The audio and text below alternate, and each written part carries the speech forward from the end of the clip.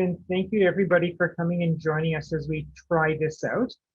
I just want to take a few minutes here to kind of set the stage of where we are in Ontario and in Niagara specifically, where we're going, and what, in my perspective, is where we need to be focused in the next while to be lowering the risk of COVID-19 in our society.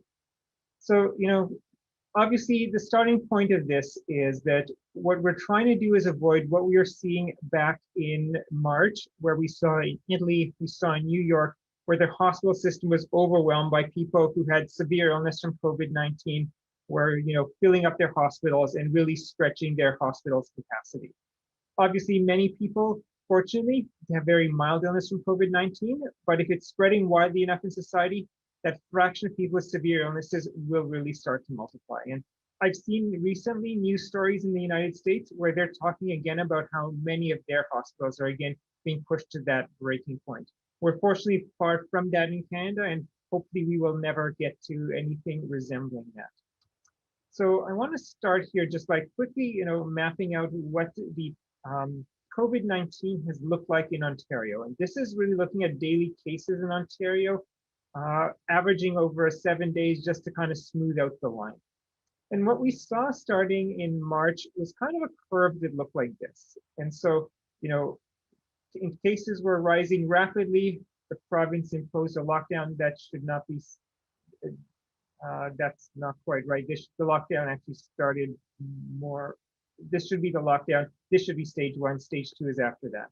But the point here is that the lockdown was effective at bending that curve and bringing it down. But there's, of course, a time lag before it took an effect. And as we went through stage 1 opening, which was here, and then continuing on in stage 2, of course, we are able to see cases continue to go down. Now, obviously, the way this lockdown worked is, of course, we broke up social interaction between people, broke the ability of infection to transmit between people, and so therefore we were able to reduce cases. Once the province went to the full reopening in stage 3, you can see very rapidly, within a couple of weeks, that curve has started to bend upwards, and then it slowly picked it up steam and then started to rise quite rapidly and has continued in that case. I think it's notable also that since the province moved certain regions back into stage 2, we haven't really seen that curve really bend much. And so a big lesson I take away from this is that, of course, we're trying to find a balance where we limit social interaction enough in society that we can slow the spread of COVID-19. And we do that by both having some restrictions in society, as well as some voluntary behaviors. And the combination of that will hopefully be enough to flatten out COVID-19. And obviously from this graph, we can see it's not working. Yeah, sorry to interrupt. We're not seeing your presentation. No, that's my fault. Sorry, let me put that up then.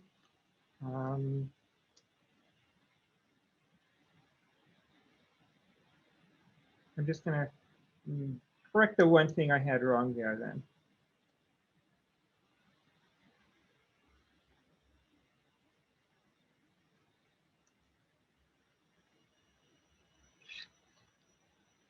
Sorry, someone should have pointed this out earlier.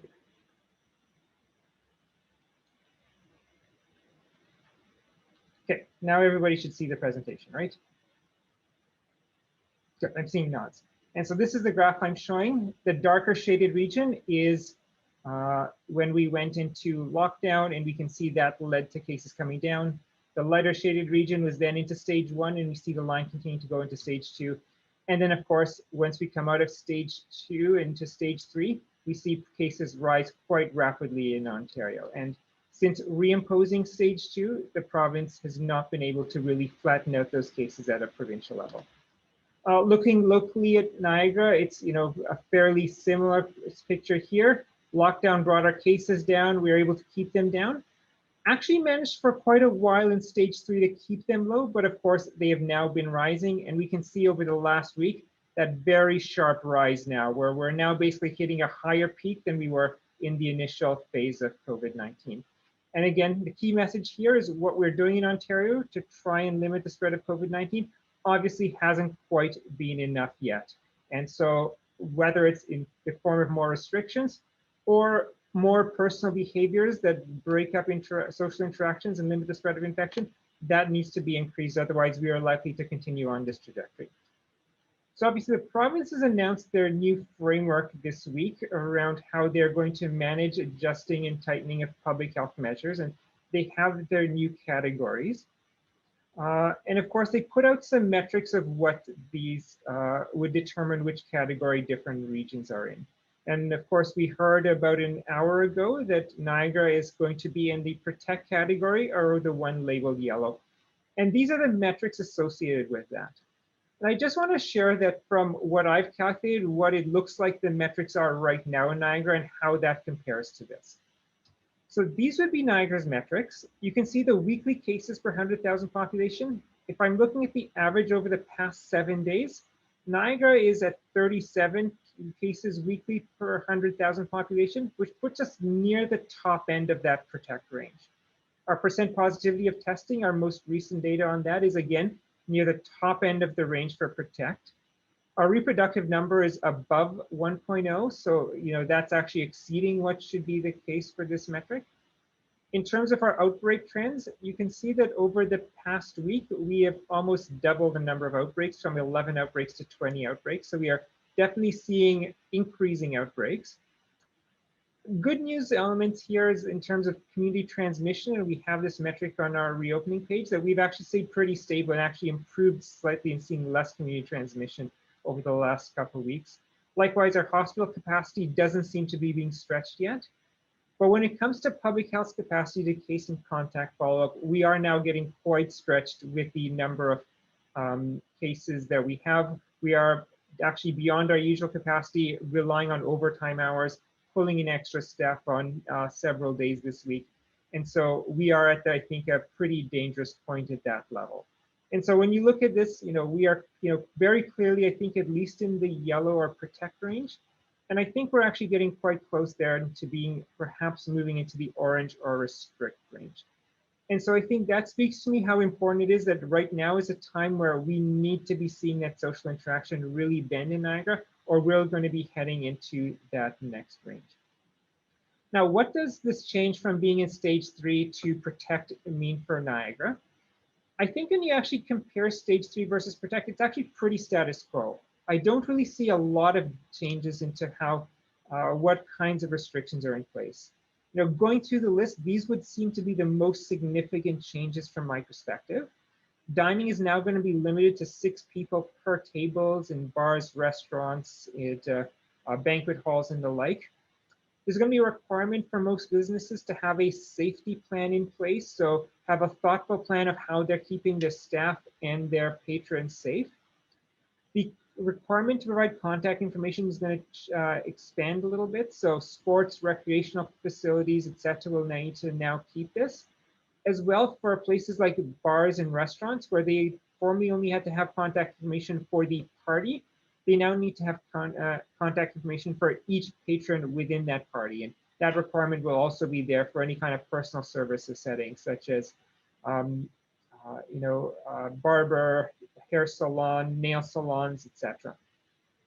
And lastly, it looks like the province is now going to require appointments for sports and recreational facilities, as opposed to perhaps having them a little bit more open to allow walk-ins. So really, when I look at stage 3 versus protect, it's pretty modest changes in terms of additional restrictions being come in place. And so we're thinking that we need to bend the curve of COVID-19 here by either having more restrictions and or changes in personal behavior to limit this in social interactions. We're not seeing a lot more on the, in terms of the restrictions put on society, at least until perhaps we move into a higher level, such as restrict. And so we're going to really need to rely on people changing their personal behaviors, and particularly cutting down on their contacts, limiting their social interactions, because that's how we're going to bring COVID-19 down. Now, you've probably seen about a week ago, Theresa Tam, our Chief Public Health Officer of Canada, basically was saying something very similar here, that Canadians need to reduce their social contacts down by 25% on average. Otherwise, we're not going to be able to flatten the curve here. And so that's exactly the message that I'm trying to echo here today. I'm going to just show you a little bit of modeling work that has been done by the Public Health Agency of Canada. So this is actually dating back to mid-September, where we are first seeing cases start to rise up in Ontario. And you can see there that, they were extrapolating there some bars of what would happen. And I'm just going to bring up the spotlight here so I can point out. And what they're saying is that based on the modeling, if nothing changed, Canada would follow this great trajectory of cases rapidly rising over actually a fairly short period of time. If people start to have more social interaction and more contacts, we'd actually shift to this orange line and rise even more steeply. It's only if we cut down our social interactions, we would bend to flatten out the curve to look something like this. So that's what it's looking like in mid-September. They updated this modeling in early October, and so this is what it looked like by then. And you can see that we seem to be following that trajectory of actually sticking to a fairly sharp rise. And you can see that gray line is actually not actually very much different than what that orange line looked like. And so again, if we're going to change our trajectory here as a nation, we need to have people cut down on the social interactions to flatten out. Now, we're early part of November. When I look at the Canadian data, we're looking at, on average around 4,000 cases a day. So we've probably actually come to about here. And so the line is maybe not driving as much, as steeply as the model showed. It's maybe diverged a little bit to this area, but it certainly has not come down to what we need. And hence, I think that's why Dr. Tam has been arguing we need to see a change in our social interactions to break up the ability for infection to spread. I lastly just want to point out some of the local Niagara data that we're seeing around this. And looking at the age breakdown of what our cases have looked like in Niagara of late. So this is going to look at how many cases we've had every week across the various weeks since the start of the pandemic. And so you can see that orange group is a young, the youngest group. That gray group, though, quite clearly the 20 to 40-year-olds is the group that's making up the largest proportion of our cases, and it's rising quite steeply. Of note, we're currently in week 44. This is a Monday to Sunday graph. And so we actually have 2 more days of data to add to this. So a lot of these points are likely to rise further up by the time we get to the end of the week. But nonetheless, I think it shows quite clearly how a younger age group in their 20s and 30s really is driving most of the spread and really is diverged from the other age groups in terms of the number of cases. Breaking that down a little bit more into increments of 5-year groups and looking only just up to age 40, just so this doesn't get too busy a graph, you can see again that, once we look at this yellow line and this red line, these are people in their 20s who are really making up the majority of those cases in that younger age group that's rising. And so that's very much the highest risk group that we're focused on, of where we need to encourage people to break up their social interactions. What we're seeing with this group is that they are having quite active social lives, often having many social contacts on the order of up to 10, sometimes getting up to 30 to 40 social contacts that we need to do contact tracing upon. As well, we've seen that they've had social events either in private homes or going to bars, restaurants, and the like to meet up with lots of friends, and that's leading to the spread of infection. Last month, we put out this infographic that illustrated how infection can really, go into settings where people interact, such as this funeral or a workplace or a sports game, and spread across people who then bring it back to their homes and allow more spread there. And we can end up with outbreaks of infection spreading like that. And I just want to show you some details around the most recent outbreak that we've identified. Well, I shouldn't say the most recent, but one of the most recent outbreaks we've identified in Niagara that really actually illustrates a lot of the themes we're seeing from this younger social group. So this is an outbreak that right now has 31 cases as part of it. The median age of this group is 24. So as you can see, very much fitting into that 20-year-old group where we're particularly concerned about. COVID-19, of course, does not respect any sort of boundaries. And so we see that actually these individuals reside across 8 different municipalities. And when we look at the number of contacts these 31 cases have had, it's over 230 contacts that they've had. So of course, public health has followed up with each of these cases and had to then follow up with 230 of these contacts. And of course, these individuals have been out living their lives and potentially spreading infection in other locations. And so what are some of those locations? So I mentioned people have been having events in homes, and so people have visited friends' homes, possibly spread infection there. They visited their home family if they happen to be living away, or they're visiting their parents, etc. And so we're seeing exposure of others in those households. Of course, young people are perhaps playing sports and recreation, and so there's been several exposures occurring in those kinds of facilities. People, of course, need to go shopping to buy groceries, but perhaps buy other things, and so there's a large number of exposures in retail locations.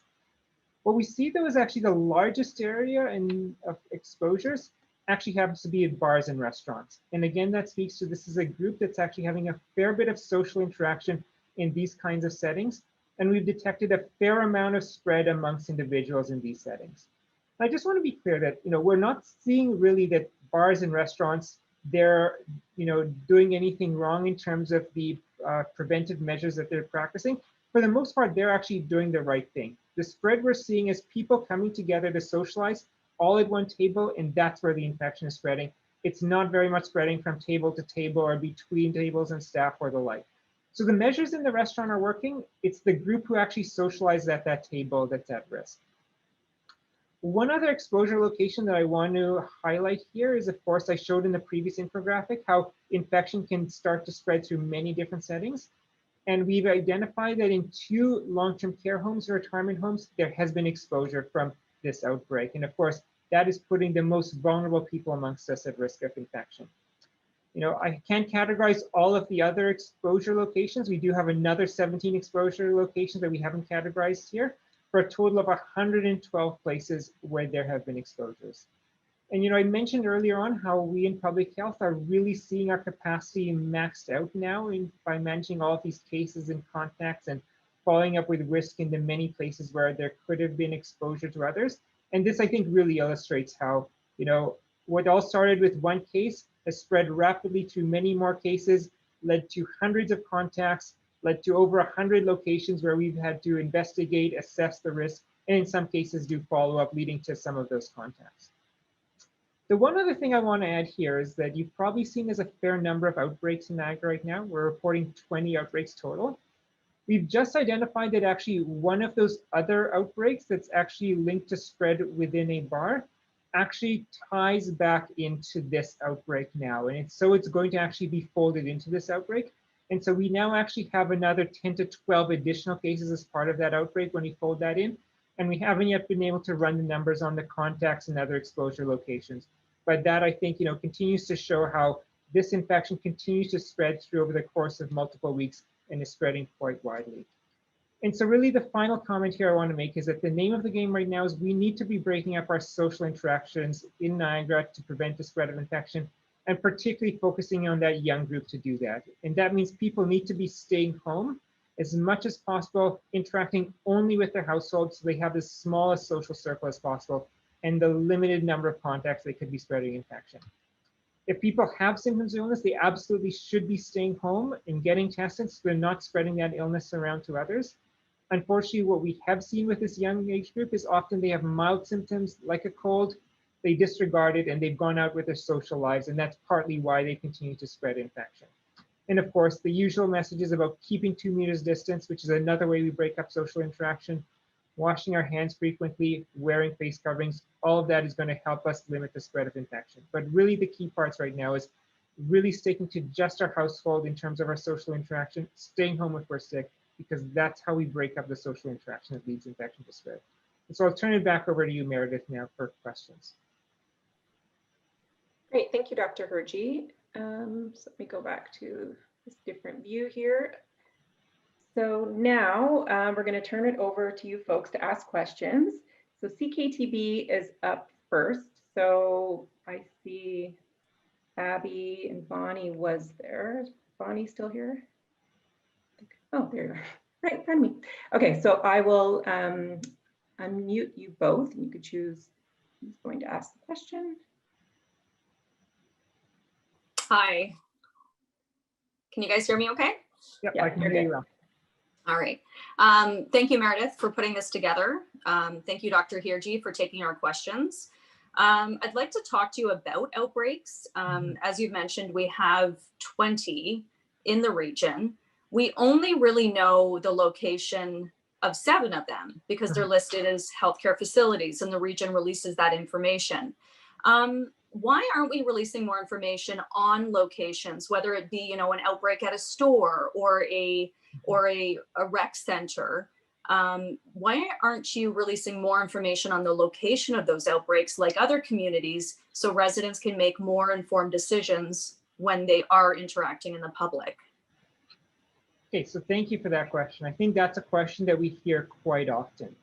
And so what our goal here in public health is, I think, exactly what you're saying. We want to give the information to the public so that they can make the decisions that they need to make to protect their health, as well as protect the broader community.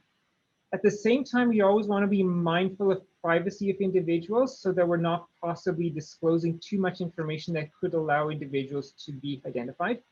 And at some level, you know, there's volumes and volumes of data that we can provide out. You know, we just showed that there's 117 exposures linked to that outbreak. If we, for example, started to list every exposure and everywhere people have been, we would be literally putting out lists of 60, 70 places a day and would multiply. So at some level, we're also trying to curate the information we put out to make sure that, you know, within all that volume, we're giving the public the information that's most valuable to them and is going to be most useful to them, and not necessarily information that might be a little bit of a distraction. And so when it comes to outbreaks, what we try to do is where there's a location where there's going to be risk to the public and they need to know that this risk affects them, or they may have been in the location where we think there is risk to them, we would want to put that outbreak out so that they're aware and so they know that they are potentially at risk and they can follow up or they can make decisions around that. What happens with a lot of our outbreaks is, for example, we identify on this day there was, you know, an exposure at a bar and there was spread of infection on that day. But there's no actual spread of infection on a subsequent day. There's no ongoing risk of that. So, you know, first off, we're finding out about these often 10, 12 days later at a point where the risk is gone. We're still following to make sure we don't identify any additional cases or where the secondary spread goes. But putting out that location would, for starters, be somewhat misleading. In many cases, it could actually violate privacy. We have outbreaks, for example, linked to a private business run out of a home. We don't want to be, you know, providing that level of insight into someone's address and perhaps stigmatizing them. I think if we put out names of certain locations that, you know, a business is linked to an outbreak, it would imply that there's greater risk at that location than any other locations. And that's not actually the case, because there was greater risk at that one day in the past, but not on an ongoing basis. So it might unnecessarily stigmatize certain businesses. And it may also lead individuals to think that, well, I didn't go there, so I don't need to worry because where I've been going is safe. And that's not the message that we want people to be taking away, because COVID-19's risk could be anywhere. We only know after the fact where that risk is. And so, you know, everybody needs to be taking precautions at all times. And so that's some of our thinking that goes into why, when we list outbreak locations or not. Where there is a risk to the public, where this is information they need to know to make health decisions, absolutely we're going to be releasing it. But where we think it wouldn't actually be useful information to them, there's probably a greater risk that we're going to harm someone's privacy than we're actually going to give the public useful information. And so we try to provide high-level information on our outbreaks page in terms of the categorization of outbreaks, you know, the kind of age groups that are impacted, that sort of thing, but not necessarily going into the specifics, which we think would be a little bit of a red herring and could lead to stigmatization and privacy violation, privacy being infringed upon. Okay. A follow-up, Bonnie? Yeah, I just wanted to talk briefly about the color-coded system. And Dr. Hirji, you just you noticed that we had been moved up into the yellow zone, and we talked about the restrictions, and there really aren't that many. You've said a few times this week that now is the time Niagara residents should really be limiting their contact to their households. If you made the call, where would you put us on that scale? Would we be at a higher level than what we're placed in right now? Yeah, so the province has laid out the metrics, and I think the metrics, you know, in fairness, when you look holistically at them, we are placed appropriately in the protect range. But as I showed, we're getting very close to the restrict range. So I don't know if we will stay in protect for very long if we continue on our current trajectory. You know, I would absolutely be thinking about where are perhaps, you know, targeted additional restrictions that could be put in place to address where we see the greatest risk of infections. For example, with these young groups and their social interactions.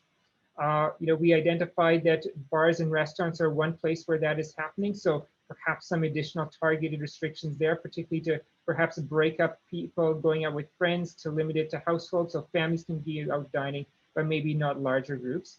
The other thing I would be focusing on is better enforcement of the existing rules.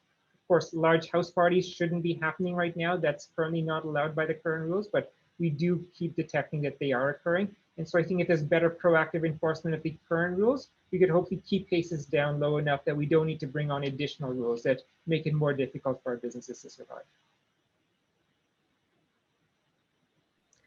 Great. Now over to Grant LaFleche. You should be able to unmute. Hi, Dr. Hergy, can you hear me okay? I can hear you well. Perfect. Nice to actually see your face as opposed to just your disembodied voice, which is how we usually communicate on a daily basis. Thank you for Meredith for setting this up and taking our questions, Dr. Hergy. I want to sort of dovetail to begin with off of Bonnie's question about the, this alert, this color-coded alert status. As you and I spoke about, back on Monday, we moved to yellow, which is expected. But given the data that you've seen all week, and in fact, going, sort of even middle last week till now, and we know that stage yellow does not actually change our status quo very much. The question is, how effective really will stage yellow be if we're seeing 20 outbreaks? That cluster of cases you just walked us through that we've been talking about all week is still growing. Should, just in terms of the ability to limit the spread of the virus, status quo has not worked.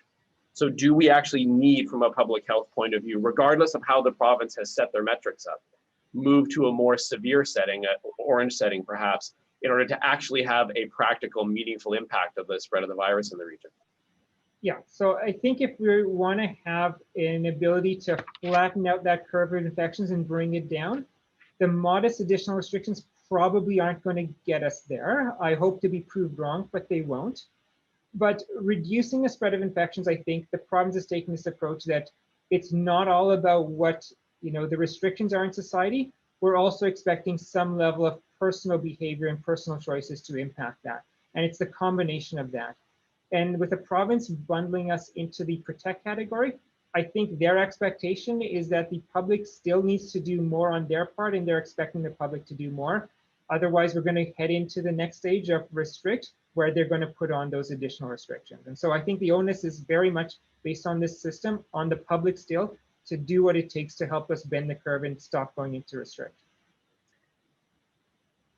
On the question of bars, and again, that map that you showed us of the cluster cases, and while he was speaking, by the way, Meredith, I shot you an email. Is it possible to get that graphic sent to us in its totality?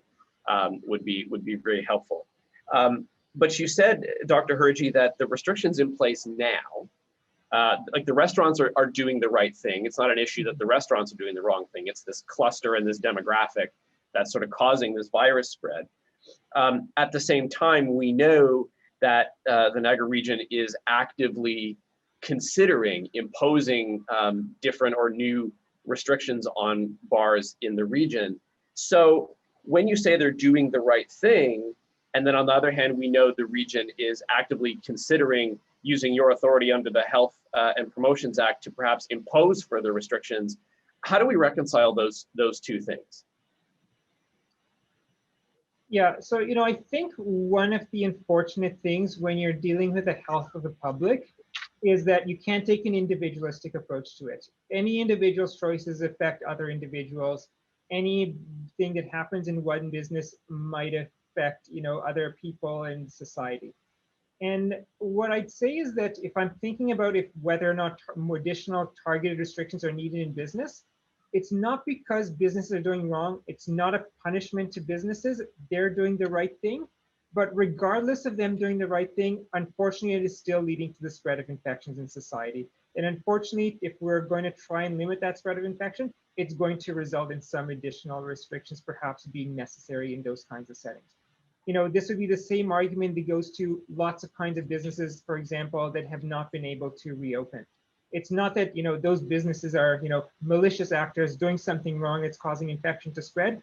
It's just the unfortunate nature of the kind of, line of work that they're in, that in this moment in time, there is a risk of infection spreading through no fault of their own.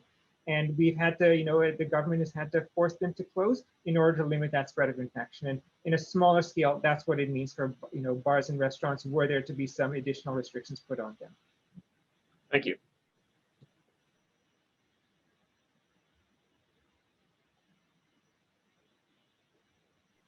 I am on mute. Here we go.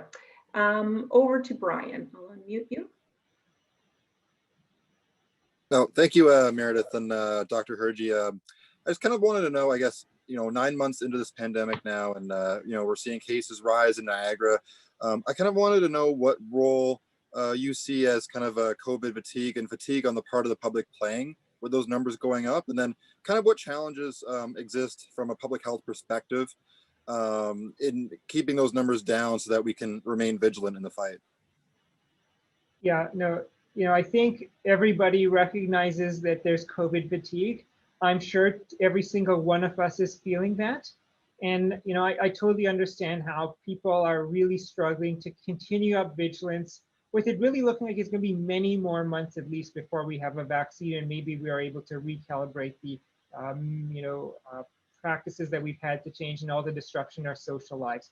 And if anything, with cases going up, I think, many people may be feeling quite disheartened that they might be doing quite a lot already, and it doesn't seem to be enough yet. So, I totally appreciate that, and I totally understand that. The sad state of, the situation is that, the cases are rising, the numbers are going where they are, and the only way we address that is either by reducing social interaction through restrictions on businesses and social life, or by us voluntarily limiting our social activities. And, it's just the hard truth of the situation that nobody likes and nobody wants, but unfortunately that's where it is.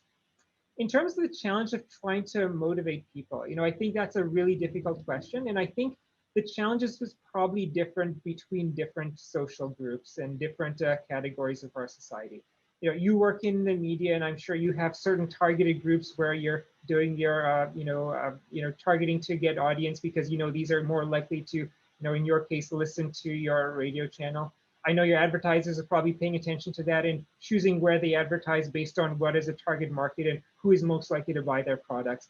And so I think we're always trying to figure out and think about that as well. And who are the, different categories of people in society, and how do we best target a message that motivates them? We're trying to use more and more information that helps inform this. We're using market segmentation data that the private sector would traditionally use to see what can we leverage from that to help us better tailor messages. What can we find from research evidence where people have studied what's been done elsewhere in the world and learn from that? I meet weekly with my colleagues to discuss with them what are some of the lessons they're learning, what may be working for them, to see if whether or not we can adopt those there. I think it's really just about continuing to try and, figure out how can we improve, test things out, see what the impact is, and continue to try and, adjust as it goes. Follow up, Brian? Yeah, just kind of going off of that, I guess, do you think that just given the time of year that we're going into, coming into the winter months, do you think that that will pose some additional challenges that maybe we didn't see in the summer? So does that kind of, from a public health perspective, does your strategy change, or do you think there'll be any challenges that we could see in the winter versus the summertime that we didn't see? Yeah, no, I think there's absolutely some different challenges in the winter as opposed to the summer. The most obvious one is not necessarily about the weather itself, but just where we are in terms of our cases. There's far more cases in society right now, so there's much more risk. And so obviously that recalibrates our messaging. Perhaps it helps as one element that might motivate, but we know not all groups are necessarily motivated by the health risk out there. There's, of course, overwhelming evidence, for example, smoking is harmful, but some people are not motivated by that alone to change their behavior. And that is probably the case with some people when it comes to COVID-19. Other challenges, though, of course, with it being winter is, of course, people are going to be spending more time indoors rather than outdoors. And when you're indoors and there's walls, that creates a natural restriction on your ability to spread people out and have the same level of physical distance. With a restaurant, for example, if everybody can only dine indoors, you've actually also reduced your capacity to actually, have a large patio that maybe stretches out onto the street and actually be able to really spread out your clients much more. So there's absolutely, I think, a much greater risk as we head into the winter of this happening. And I think the other challenge, of course, is that this is a time of year where people get colds, people get respiratory illnesses, and there's a possibility people are going to discount the symptoms they get as just being a cold, rather than the summer where that's less common, that they might be more vigilant about noticing that I have this unusual cough, or I have an unusual congestion or sore throat, and think that this could be COVID-19, whereas now they might be more likely to think this is just an unusual cold and maybe not think as much of it. Thanks. Okay, up next is Ludwig. I will allow you to unmute. Thanks, Meredith, and thank you, Dr. Hergy, for taking the time for this today. I want to ask you about the fatalities. We've seen an uptick in deaths recently. Where are those happening? What can you tell us about them? What are you able to release on origins, residents of care homes? What's happening? Sure, yes. So, I think really since the start of October, which is shortly after our cases spiked in the latter part of September, we have seen an increase of deaths from COVID-19 in Niagara. And I think we are up to 11 or 12 deaths total in that time. What I can say is that this group has been overwhelmingly an older age group. Most of them have been in their 80s or above. A few have been in the 60 to 70 age group. And the other thing I can say is that they've overwhelmingly been in long-term care home and retirement homes. So it's very much the group that we saw that is unfortunately at risk of dying back in the springtime when we went through the first wave. And we're seeing, of course, that group is again at risk. And one of the best ways of reducing their risk is, of course, if there's few cases out in the community, there's few cases that can spread it to someone who happens to work in a long-term care home or retirement home, fewer cases that could spread to someone who's going to be visiting a loved one in a long-term care home or retirement home, and therefore there's less risk of infection getting in. I don't think it's a coincidence that, well, I guess it is a coincidence when you take the literal meaning of the term. It's not a surprise that as cases rose in the latter part of September, that has led to more cases, more outbreaks in long-term care home and retirement homes, and unfortunately, therefore, more individuals in those settings passing away. Follow up, Ludwig? You are on mute. There we go. Thank you. I apparently can't unmute myself once I've pulled the trigger. All right. And as far as the long-term care homes go, I believe at least one was put under some type of provincial mandate due to the development we're also seeing today. Seasons Welland, that I believe was one of the hardest hit care homes in the beginning of the pandemic with a pretty long-standing outbreak going on. What can you tell us about the situation as far as containment measures and the long-term care homes' abilities to take care of this? I know you had rapid response teams that kind of went out and advised and helped, and you expressed more than once concerns over how management responded and complacency in pandemic protocols and such. So can you fill us in? What's the landscape looking like there? Sure, and if I may just slightly correct, I wouldn't necessarily say it was complacency in the pandemic precautions. I think all the pandemic precautions weren't being practiced. I don't want to necessarily ascribe the motivation to that. What we've seen, I think, in this wave is that, of course, long-term care home and retirement homes, having learned over the past 6-7 months, are actually in much better situation. There's a lot of work that they have done to prepare in terms of stockpiling personal protective equipment, in terms of better understanding their outbreak prevention measures and training their staff. There's a lot that we have done in public health as well to support that. We've had teams go out regularly to all of our long-term care homes and retirement homes to do inspections to really make sure everybody gets up in terms of the measures they have in place at a baseline. We've had teams that go out to do coaching and support in terms of best use of personal protective equipment.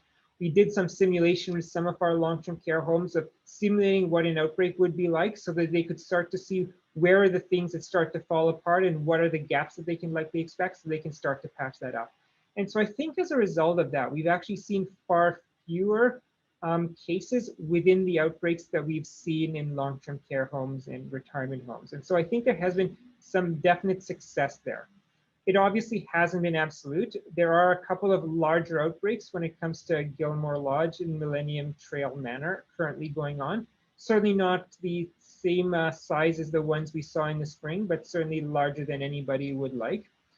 Many of our outbreaks though are actually much smaller, often not really getting any larger than the small single digits. And I think that's a reflection that in many cases, they're doing a very good job of jumping on top of the initial spread and are able to smother it before it spreads any further. Final comment, you mentioned that Seasons Retirement Home as being one of the homes that went into outbreak in the spring. You know, the other two large homes that had very large outbreaks were Lundy Manor and Royal Rose. And of course, both of those have actually had outbreaks subsequent to the spring. And what we've seen is actually those outbreaks were actually quite short-lived. And I think that's another example of how, you know, these homes that maybe struggled the first time around are actually a lot better prepared this time around, or not seeing those large outbreaks again. And we're certainly hopeful that will be the experience with Seasons Retirement Home as well. Okay, great. And last up, I believe that is Penny on the phone. Last four digits, 5878. Unmute you. You should be good to go, Penny. Thanks. Thank you very much for organizing this and giving us all the chance to participate. My first question has to do really with a follow-up to what Grant was asking. I listened to Dr. Hergy. You were telling us that the main message is for young people to start to make better choices and to restrict their own behavior.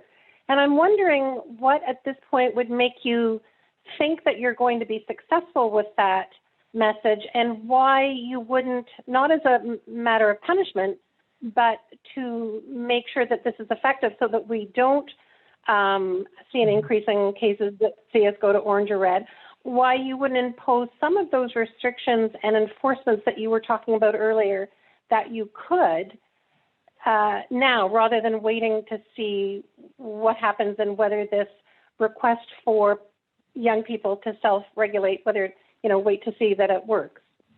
What's the harm in changing some of your guidelines and restrictions now? What's the downside?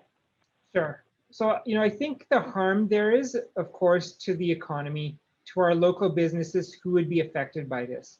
What we're, I think, trying to do in Ontario is we're trying to find a balanced approach where we, allow enough freedom so people can live their social lives and the economy can recover, while still having enough restrictions that, when paired with personal choices, leads to a flattening of infections in society.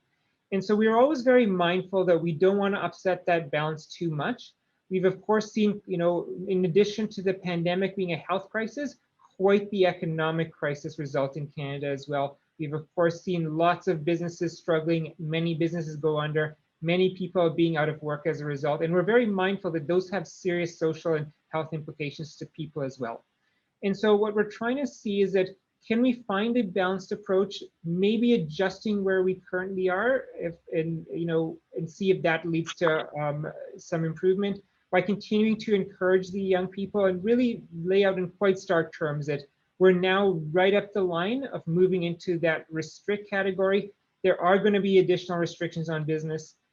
The people who aren't cutting down on their social contacts and letting infections spread, they're actually going to be responsible for the additional economic harm that those individuals go to.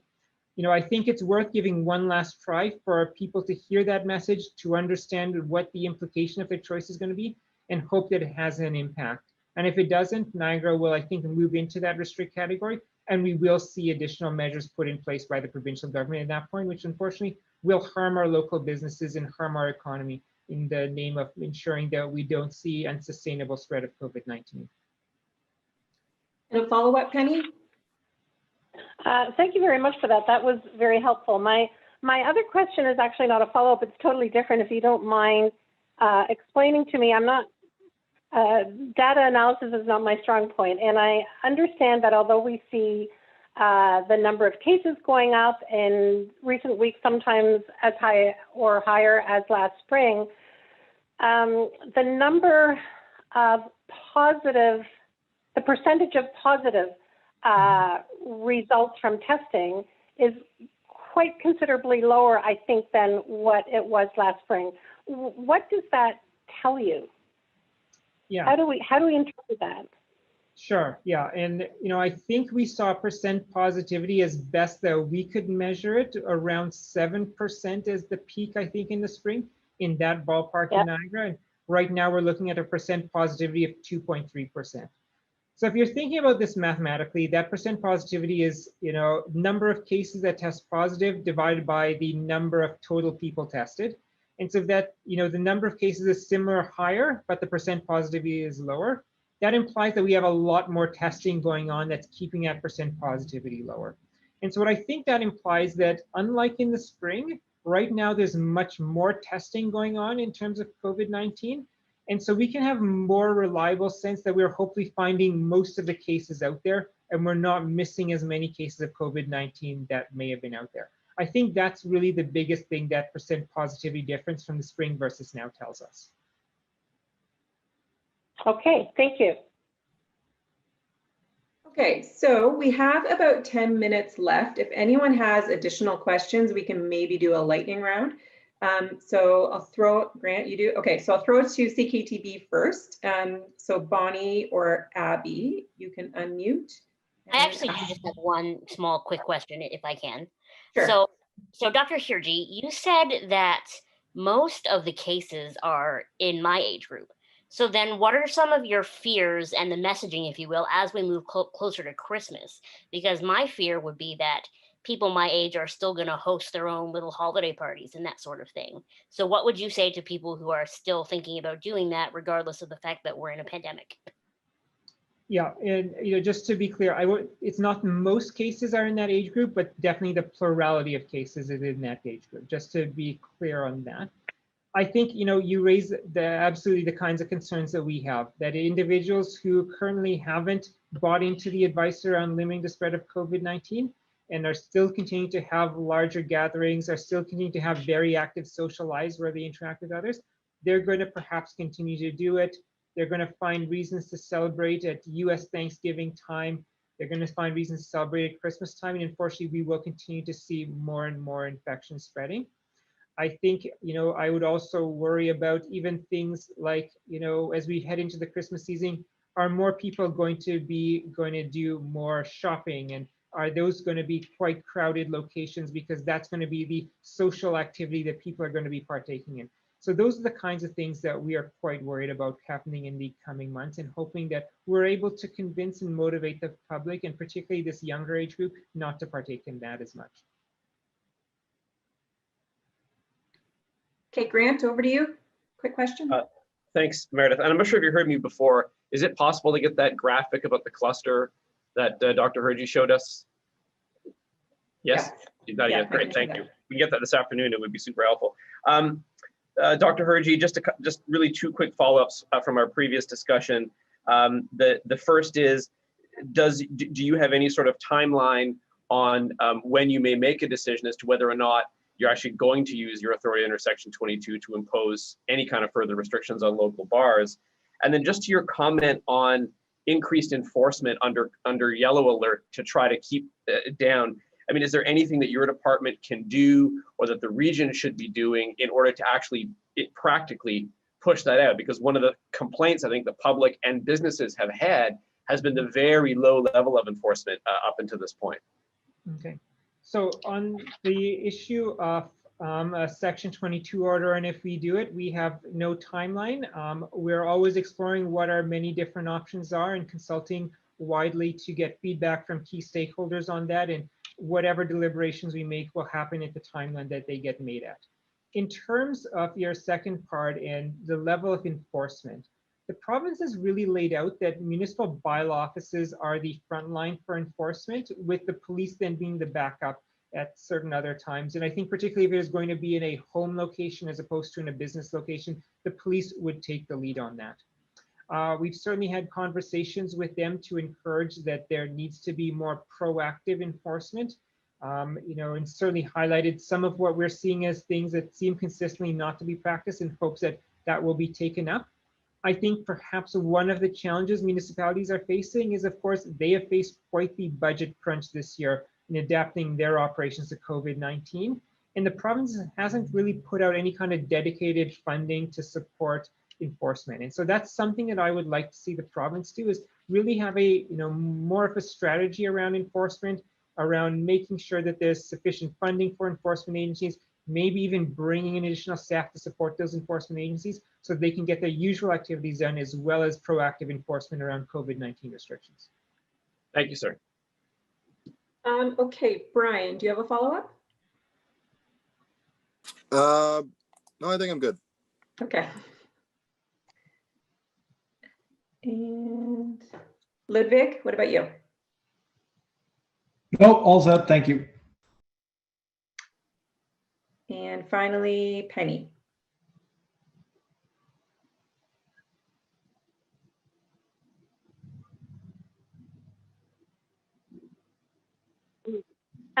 I'm good. Thank you very much, and thank you for this afternoon. It was very helpful. Okay, Thank you, Dr. great. Hergy. You're welcome. All right, well, thank you very much for bearing with us while we worked through technology. My Thanks apologies for not sharing my screen. We were trying to chat with you privately to let you know. So thank you for attending. I'd love to get some feedback if you liked this format, if you found it informative. I think we'd like to kind of move in this direction in the future, especially when we have several updates that we want to get out kind of at once. We hope this was a good format for you. And with that, I'll end the session. Thank you very much.